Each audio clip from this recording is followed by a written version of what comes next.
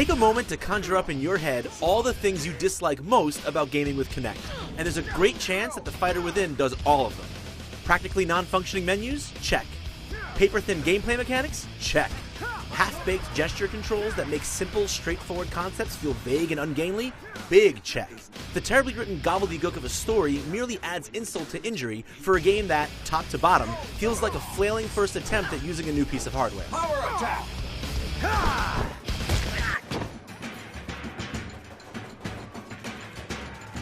In theory, The Fighter Within is about going toe-to-toe with martial artists from a rival dojo. But your first and most formidable opponent will be the Kinect-driven menus, which make even the basic act of scrolling through and selecting things an exercise in frustration. Confirming your choices requires that you hold a floaty, twitchy cursor over what you want, push in towards the screen, and then pull back, all without accidentally leaving the boundaries of what you're trying to press, because if you do so, that resets the whole process. It's a borderline broken system that left me with little choice but to keep a controller nearby at all times. When you're finally ready to switch from fighting the interface to fighting other characters, things improve somewhat, if only briefly. The fundamentals of Fighter Within's system are sound enough, owing mostly to how well Kinect tracks basic movements like punches and kicks. Landing or blocking enough consecutive hooks and straights triggers a powerful combo or counterattack, complete with some snazzy animations and close-ups. But unfortunately, they play out as in-engine cutscenes after you've thrown your blows. This separation of action and payoff means that when the best stuff is happening on screen, you're nothing but a spectator. And that's when Fighter Within is working properly. The second it tries to do anything more elaborate, like throws or finishing moves, it trips over its own shoelaces and falls flat on its face. The gestures are simply too vague and abstract to feel anything like the moves they trigger, and worse yet, some are so similar to each other that you'll never be sure of what's going to come out. I quickly lost count of how many times a throw attempt came out as a hook, or a straight kick got mixed up with a power attack. The result is a haphazard mess that both looks and feels disjointed. At one point, I lost 20 minutes of my life trying to perform the gesture to pick up a stick. Never again, Kinect. Never again.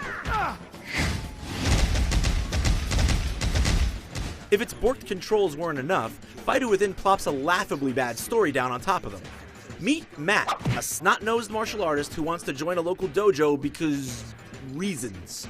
He and the rest of the cast generally take themselves very seriously, which means when you hear cheesy nonsense like this, you're more likely to laugh at them than with them. The ultimate swag, amigo.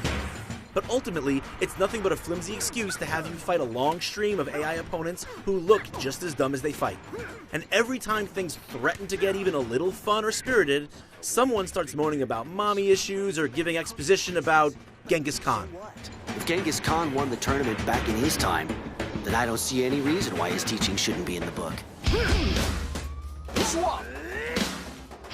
Aside from the very basics of punching and kicking, nothing in the Fighter Within works well, and very little works at all. Its gesture recognition is abysmal, its fighting is shallow, and it wastes way too much time trying to clumsily tell a silly, unnecessary story. In short, it's everything Microsoft promised Kinect 2.0 wouldn't be. If you'd like to see more of me flailing about like an idiot, stay tuned. For more on the Fighter Within and the rest of the Xbox One launch lineup, head on over to IGN.